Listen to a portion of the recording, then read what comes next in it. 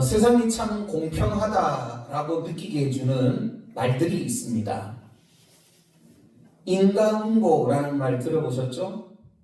선을 행하면 반드시 선한 결과가, 악을 행하면 반드시 악한 결과가 뒤따른다라는 말입니다. 또 건선징악이라는 말도 들어보셨습니다. 착한 일을 권장하고 악한 일을 징계한다라는 뜻을 가지고 있습니다. 또 사필기정이라는 말도 들어보셨습니다. 모든 일은 반드시 바른 길로 돌아가기 마련이다 라는 뜻을 가지고 있습니다. 자, 우리가 지금 자주 쓰는 말들 중에는 정의사회구현이라는 말 들어보셨나요? 한번 따라해 보겠습니다. 정의사회구현. 여러분, 말만 들어도 이 답답한 심령이 뻥 뚫어질 것 같은 속 시원한 그런 말 아니겠습니까? 하나님이 이루실 세상이 바로 정의사회 구현 세상입니다.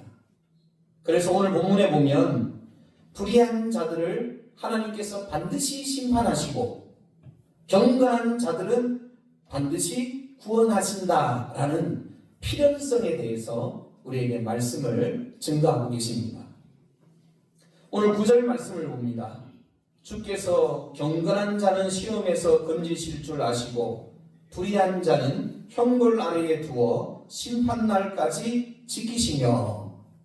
자, 여기서 주께서 경건한 자는 시험에서 건지실 줄 아시고 했는데, 여러분, 여기서 이 시험은 믿음의 시련을 의미합니다.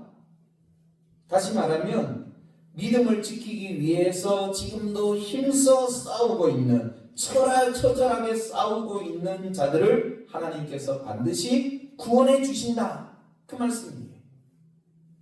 반면에 불의한 자는 형벌 아래에 두어 심판날까지 지키시며, 이것은 최종 심판이 있을 때까지 불의한 자들은 하나님의 심판을 받으면서 산다, 이 말이에요.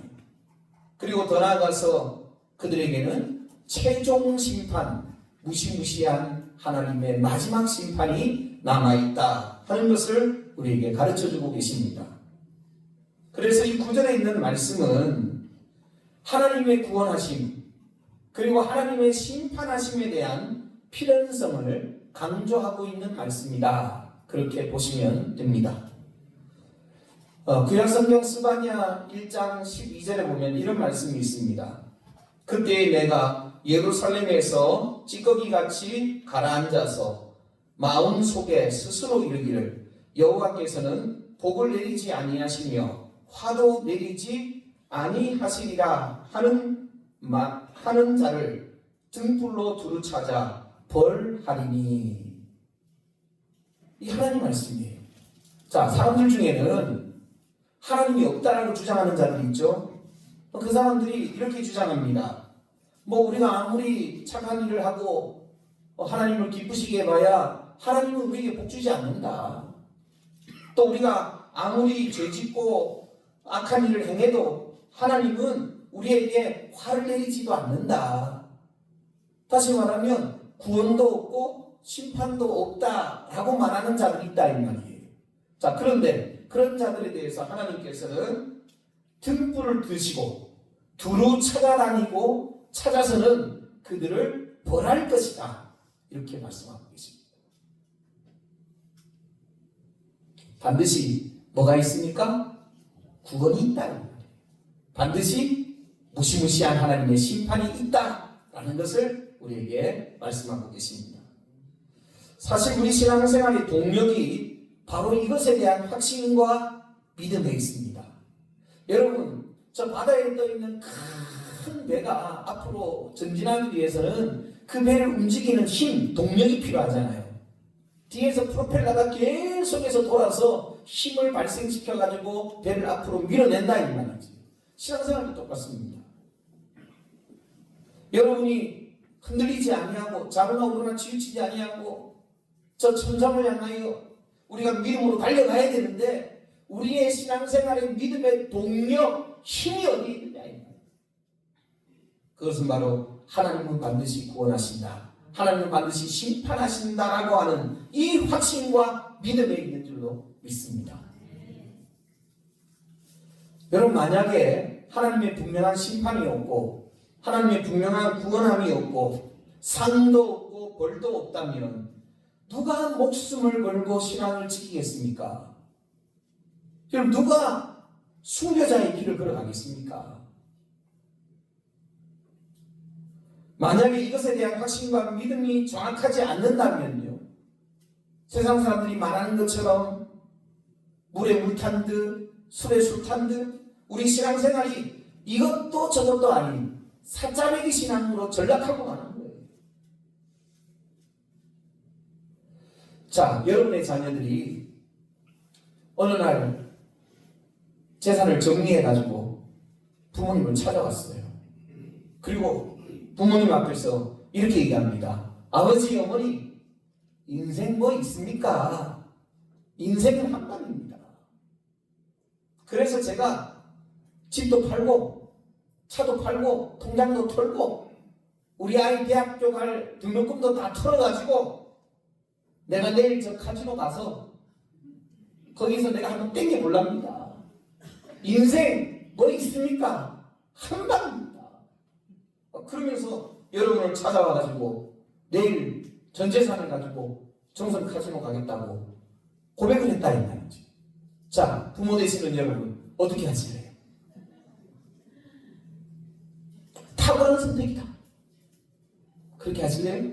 아니면 나는 아주 인격적인 부모니까 그래, 나는 너의 뜻을 존중한다. 네가 원하는 너의 인생이니까 네가 한번 마음껏 해봐라. 이렇게 격려하시겠습니까? 어떻게 하실래요?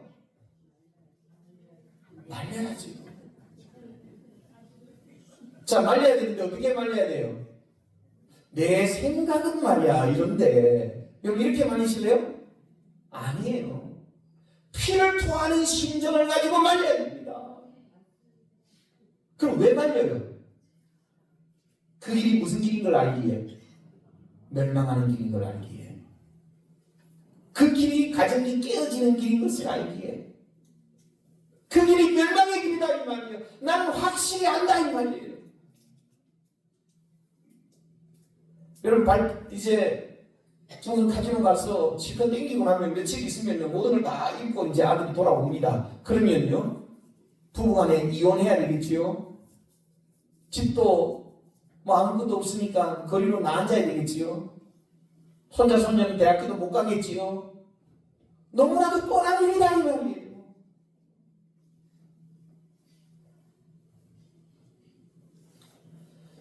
그런데 자녀들이요 고집이 있어갖고 또 이렇게 얘기합니다. 아버지 어머니 몰라서 그래요. 내가 알아서 할게요. 우리 자녀들 툭 하면 그 얘기하잖아요.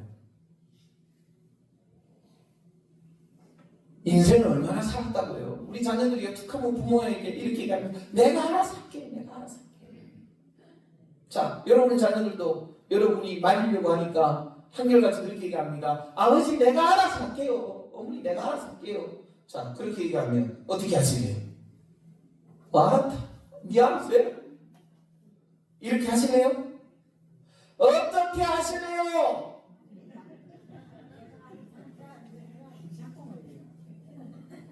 우리 아까 장로님이 말씀하셨어요. 네가 알아서 하지 뭘 알아서 해. 다리 몽둥이를 부러뜨려서라도 아니면 부모와 자식 간의 연을 끊는 한이 있어도 어떻게 해서라도 말려야 된다 이 말이에요. 이렇게 하는 이유가 뭡니까? 그 길은 망하는 길, 멸망의 길이라고 하는 것을 나는 확신하기 때문에 그래요. 그런데 여러분 반면에 오늘 내가 전재산을 투자해가지고 무엇인가에 내가 투자를 해놓으면 정확하게 내일이 되면 10배로 불어나는 투자처가 있다고 생각합시다. 자, 그러면 어떻게 하실래요? 우리 부모 되시는 분들 어떻게 하실래요? 건면해야죠. 건면. 그냥 건면하실래요? 여러분 자녀들 보고 그냥 건면하실래요? 야, 사면 좋은 일이 있을 거야. 여러분 그렇게 건면하실 거예요? 반드시 10배로 불어나는 투자예요. 한 번만 딱 잡아놓으면 반드시 10배로 불어나는 투자처가 있다 이 말이에요. 그러면 어떻게 건면하실래요? 피토하는 심정으로, 피토하는 심정으로 간곡함으로 집도 팔고 차도 팔고 통장 털고 빚내서 할 수 있는 모든 힘을 다해가지고 거기에다가 투자를 하고 투자하라고 건면하지 않겠습니까? 왜 이렇게 하죠? 무엇에 대한 확신이 있어요? 성공에 대한 확신이 있다는 말이에요. 여러분 성경에도 보면 제가 방금 드린 이 말씀과 똑같은 이야기가 기록되어져 있습니다. 감추인 보화 비유 아시죠? 어떤 농부가 다른 사람의 밭에서 밭을 빌려가지고 농사를 짓고 있었는데 어느 날 땅을 파다가 보니까 그 땅 속에 감추어져 있는 상자를 발견했다 이 말이에요. 상자를 끄집어내갖고 뚜껑을 열어보니까 그 안에 가진 보물들이 가득 들어있었습니다. 이 농부가 이런 마음으로 생각을 합니다. 이걸 어떻게 할 것인가? 여기서 내가 보물상자를 발견했다 그러면 당연히 밭 주인이 그거 내 거다 라고 주장하면 내가 이것을 빼앗기게 될 것이고, 그러면 어떻게 해야 될까 생각합니다. 그리고 다시 그 보물상자를 땅속에 깊이 묻어두고 아무것도 없는 것처럼 흔적을 감추고서는 집으로 쫓아가가지고서는 팔기 시작한 거예요. 자, 뭐 파실래요? 집 팔고 소 팔고 뭐 농기구 팔고 옷 팔고 팔 수 있는 거 다 팔아야 되겠죠? 자식 팔면 안 됩니다. 아내 팔면 안 돼요. 팔 수 있는 거 다 팔아요. 그리고 빚을 낼 수 있는 대로 몽땅 빚을 다 냅니다. 그리고 돈을 마련해와서 누구를 찾아가요? 밭주인을 찾아가서 이 밭을 나에게 파십시오. 그리고 그 밭을 산다는 거예요. 자, 이 농부가 모든 것을 다 팔고 처분해서 그 밭을 살 수밖에 없는 이유가 뭡니까? 그 안에 더 좋은 것이 감추어져 있다라고 하는 확신이 있기 때문에.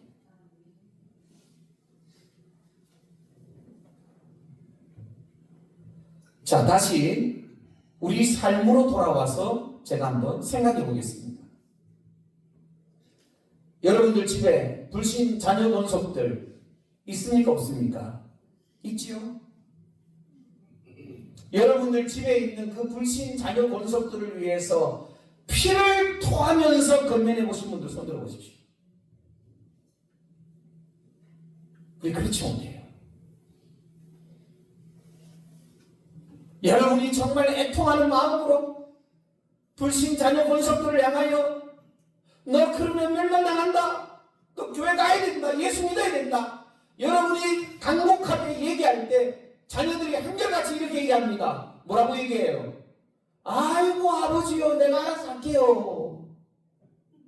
아이고 어머니 그만 좀 하이소, 내가 알아서 할게요. 들어보셨죠? 한결같이 그렇게 얘기해요. 내가 알아서 할게요. 그러면 여러분들 지금까지 어떻게 하셨어요? 그래 네가 알아서 해봐라. 그러면 우리 다 그 심정으로 지금까지 온 거예요.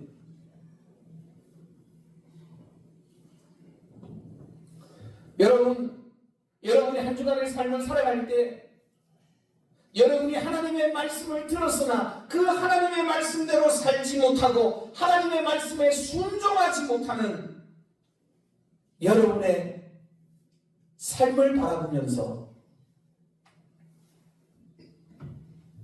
여러분 애통해 보셨습니까?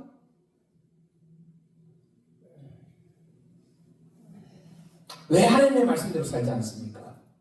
왜 하나님의 일에 열정이 없습니까?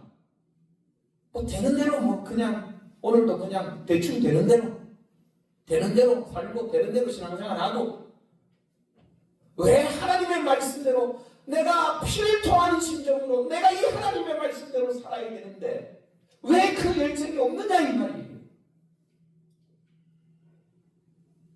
왜 불신가족 권속들에게 피토하는 심령이 없느냐? 왜 내가 하나님의 말씀대로 순종하며 살아가고 내가 하나님의 말씀을 쫓아가는 데 열정이 없느냐?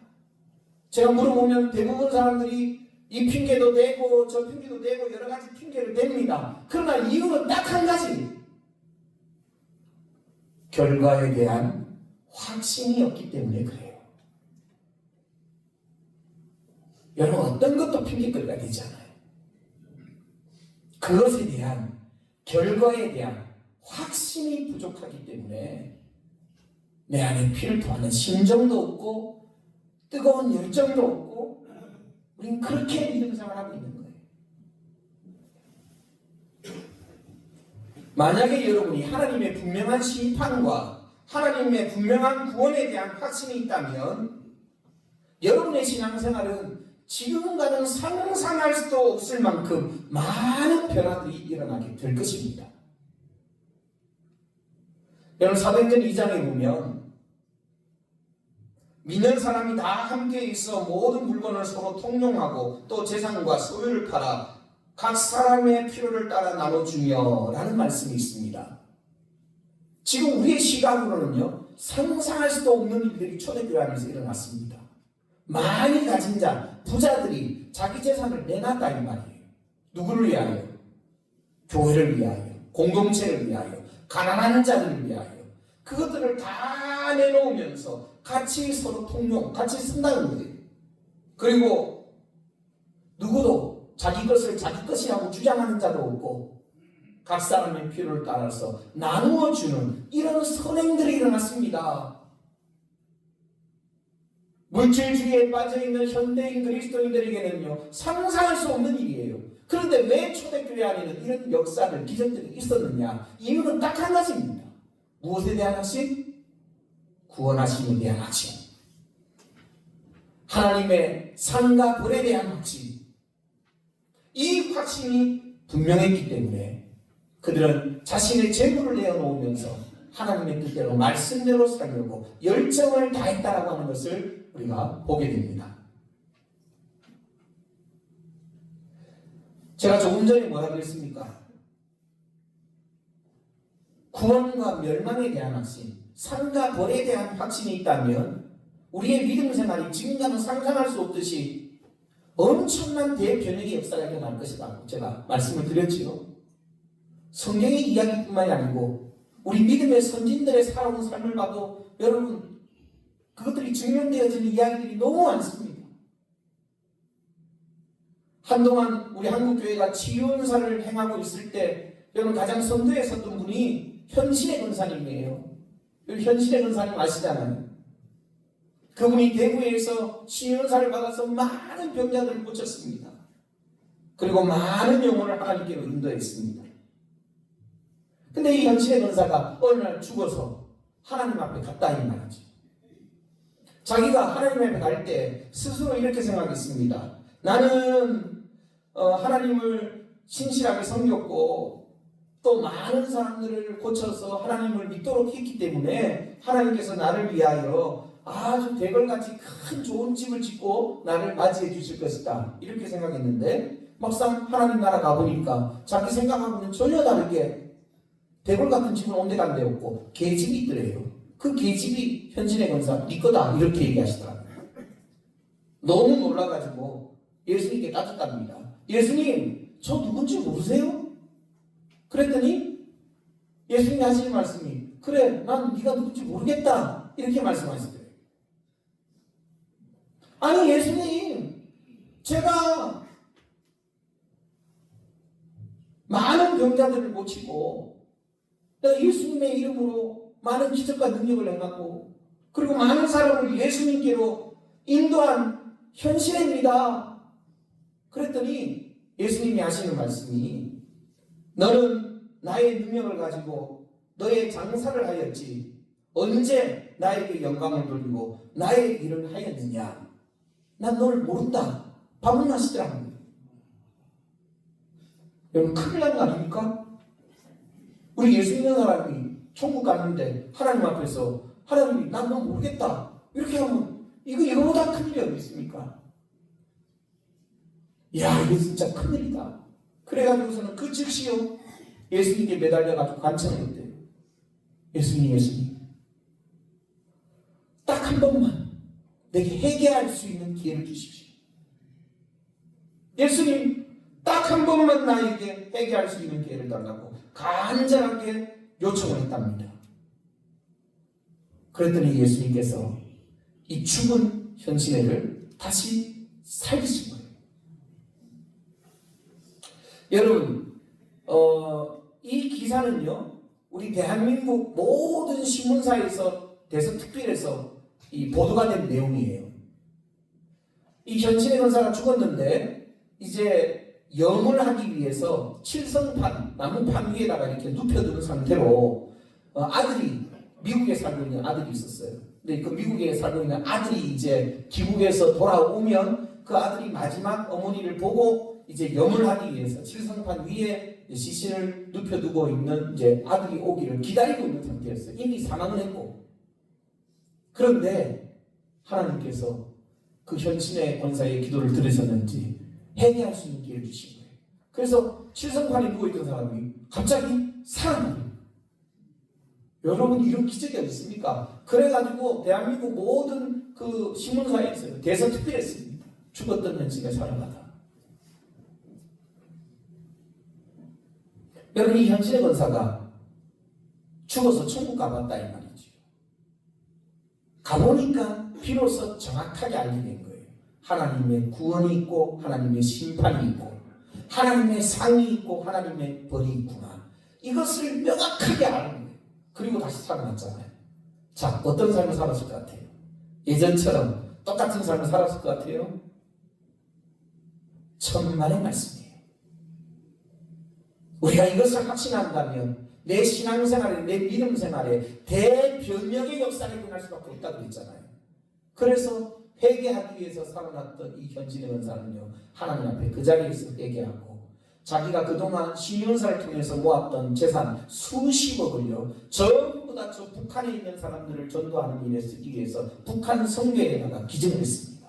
그리고 마지막 세상을 떠날 때까지 한 영혼이라도 하나님께로 바르게 인도하기 위해서 최선을 다하다가 세상을 떠났습니다.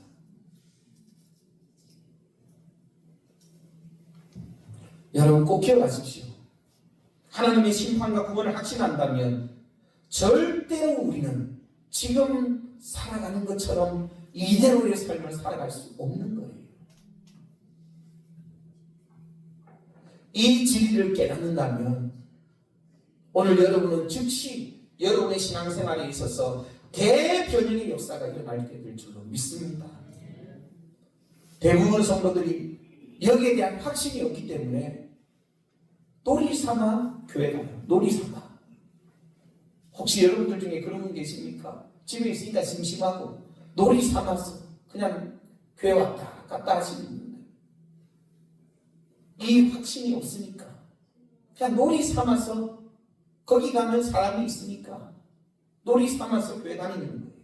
그러나 구원과 심판, 상과 벌의 확신이 있다면 놀이 삼아서 교회를 다니고 놀이 삼아 예수 믿는 것이 아니고 명을 걸고 교회를 다니고 명을 걸고 예수 그리스도를 구주로 믿는 대변형의 역사가 일어나게 될 것을 믿습니다.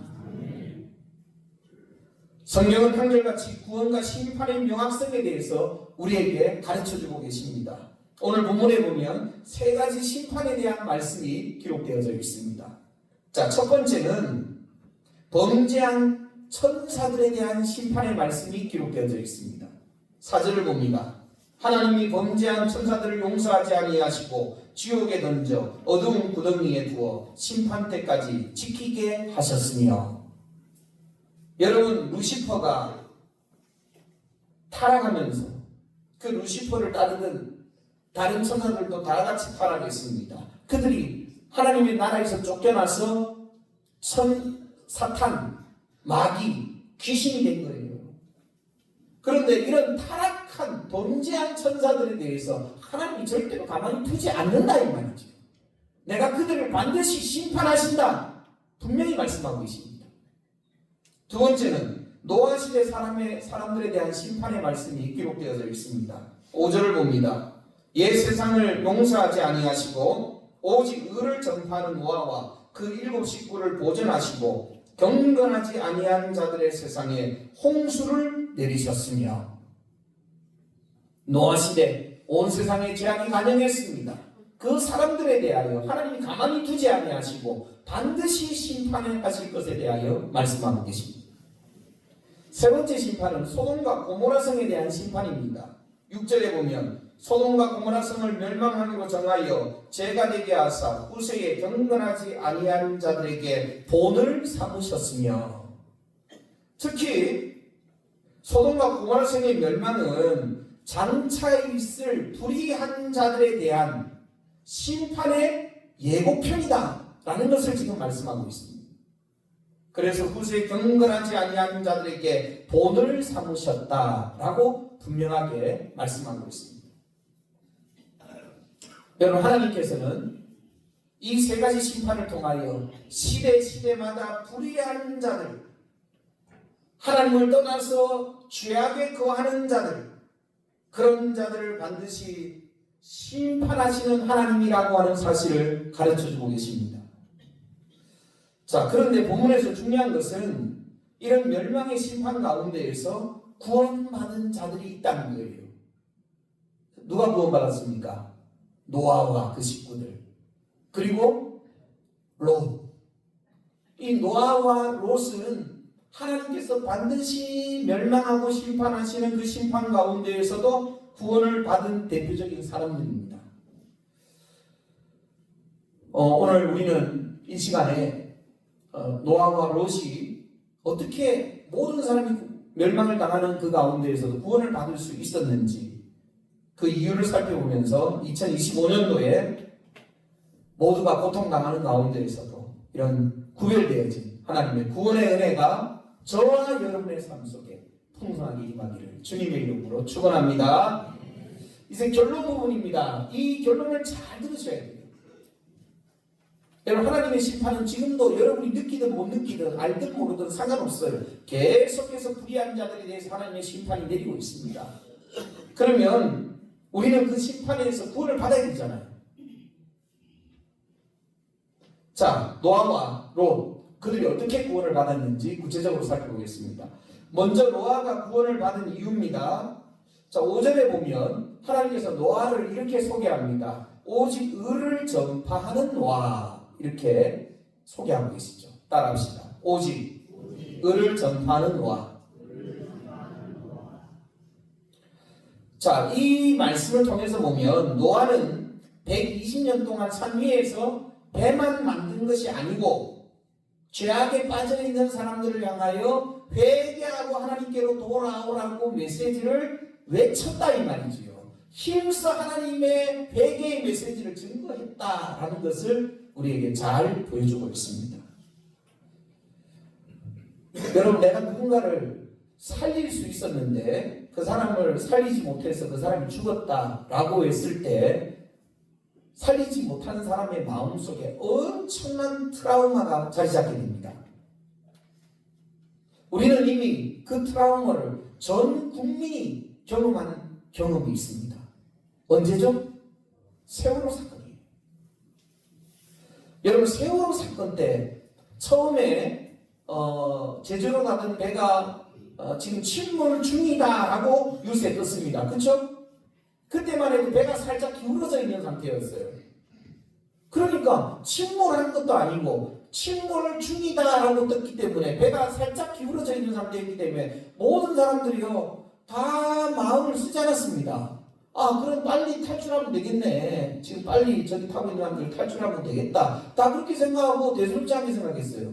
근데 또 조금 시간이 지나서 보니까 기울어있던 배가 완전히 넘어간다 이 말이지요. 그 중에서도 막 탈출하는 사람들도 있고 막 구조정이 가서 막 건지려고 애썼습니다. 그런데 그 시간에 그 안에 배 안에 갇혀있는 학생들이 있었다. 그러다가 좀 있다가 보니까 배가 그냥 쑥 가라앉아가지고 그냥 꼬타리 부분만 드러내고 있는 거예요. 그때만 해도 희망이 있었습니다. 잠수부들이 들어가서 그 사람을 건져낼 거다. 근데 결국은 가라앉고 그 안에 타고 있던 모든 학생들과 사람들이 죽었습니다. 우린 그 광경을 다 지켜봤어요. 처음부터 그냥 그냥 침몰해서 죽어버렸다 하면 아이고 안 됐다 이렇게 끝났을 텐데 살릴 수 있었다 이 말이에요. 그 죽을 형편이 아니었잖아요. 누가 봐도 지금 빠져나오면 된다라고 생각하고 살릴 수 있었다라고 생각하는 거예요. 그런데 그 살릴 수 있던 사람들을 살리지 못하고 그 사람들이 다 죽어버린 거죠. 저는요 그때 진짜 마음에 우리 아버지 돌아가셨을 때보다 더 큰 슬픔, 그 슬픔이 되게 밀려오더라고요. 왜냐하면 그때 저희 집 아이들이 딱 그 나이 때 중대했었거든요. 그러니까 다 내 아들 같아요. 내 딸 같고. 그 아버지가 팽목항에서요. 아무개야 빨리 집에 가자. 집에 가자. 그리고 울고 있을 때요. 참 가슴이 메어졌습니다. 가슴이 진짜. 전 대한민국 국민이 다 트라우마에 빠진 거예요. 왜 이런 트라우마에 빠졌습니까? 살릴 수 있는 사람을 살리지 못했다는 거예요. 가끔씩 우리가 사건 사고를 접하다가 보면 어떤 사람들이 초인적인 힘을 발휘해가지고 위기에 빠져있는 사람을 건져내고 살려내는 뉴스를 접하게 됩니다. 여러분 이렇게 하는 이유가 어디에 있다고 생각하십니까? 그 죽어가는 사람을 바라보는 사람의 애통, 그 사람을 바라보면서 누군가의 마음속에 애통하는 마음이 일어났다는 거예요. 애통하는 마음이. 그래서 앞뒤 가리지 않고 뛰어들어서요 초인적인 힘을 발휘해가지고 그 위기에 빠진 사람을 건져내는 것을 보게 됩니다. 오늘 본문에 보면 노아를 가리켜서 오직 의를 전파하는 노아라 이렇게 소개했는데 이것이 바로 불의에 대한 애통입니다. 지금은 기회가 있다 이 말이죠. 아직까지 하나님이 세상을 심판하지 않았기 때문에 기회가 있는 거예요. 그래서 노아는 배를 만들면서도 계속해서 사람들에게 애통함을 전가하고 있다 이 말이죠. 멸망당하여 죽을 수밖에 없는 사람들을 바라보는 노아의 애통. 더 나아가서 롯이 구원받은 이유도 동일합니다. 자, 7절 8절을 봅니다. 무법한 자들의 음란한 행실로 말미암아 고통당하는 의로운 롯을 건지셨으니 이는 이 의인이 그들 중에 거하여 날마다 저 불법한 행실을 보고 들음으로 그 의로운 심령이 상함이라. 자, 여기서 보면 롯의 의로움은 한마디로 다른 사람들과 다른 삶, 구별됨에 있다라고 하는 것을 보게 되죠. 그런데 이 구별된 삶의 힘이 어디에서 나왔느냐? 애통에서 나왔다는 거예요. 애통. 여러분 우리가 세상을 바라볼 때 죄악 관연한 세상 속에서 살아가고 있는 죄악된 세상의 사람들을 바라볼 때 그게 좋아 보이면요 여러분은 절대로 세상과 구별되어진 삶을 살아갈 수가 없습니다. 롯도 그랬다 이 말이죠. 소돔과 고모라성을 바라보면서 그게 좋아 보인 게 아니에요. 그 세상의 죄악을 바라보며 롯의 마음속에 애통하는 마음이 있었다 이 말이죠. 그래서 여러분 결론을 말씀드리면 노아는 왜 구원받았는가? 롯은 왜 구원받았는가? 정답은 죄악에 대한 애통입니다.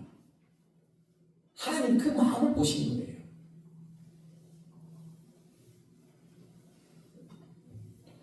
여러분이 2025년도에 구별되신 하나님의 구원의 삶을 살기를 원하십니까?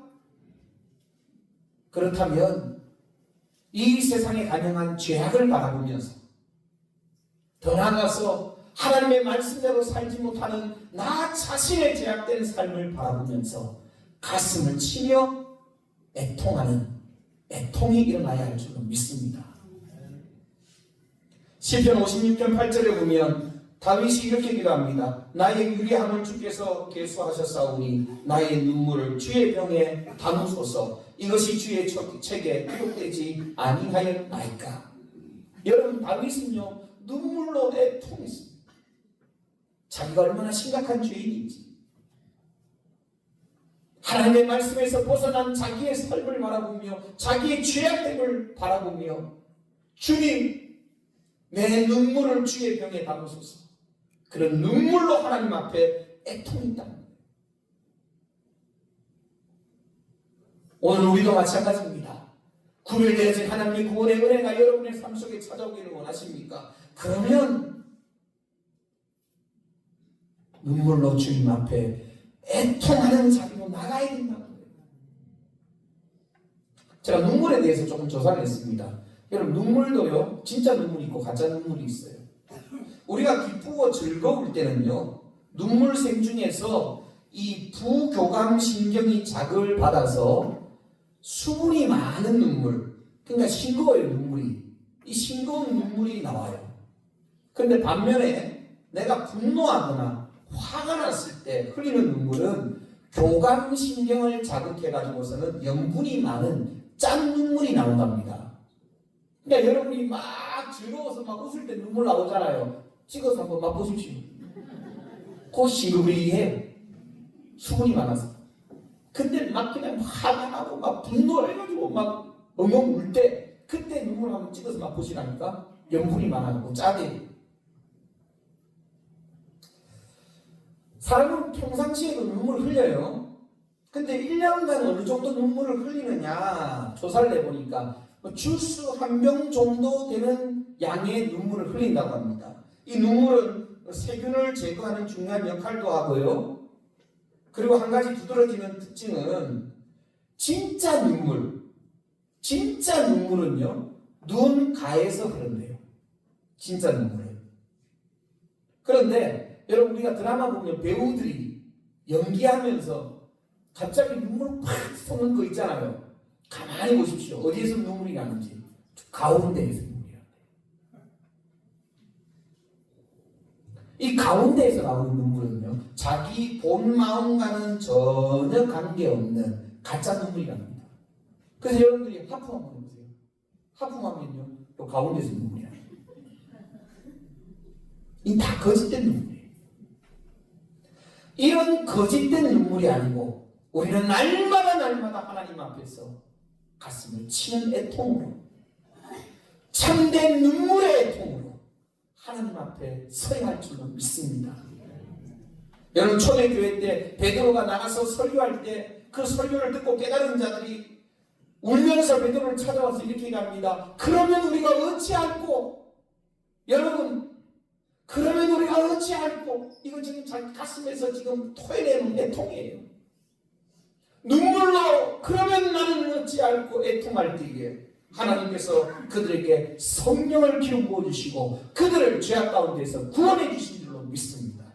오늘 이 예배 시간을 기점으로 하여 하나님 앞에 참된 눈물의 애통으로, 눈물로 주님 앞에 세워도 받는 저와 여러분의 신앙생활이 되시기를 주님의 이름으로 축원합니다. 기도하겠습니다. 하나님, 감사합니다.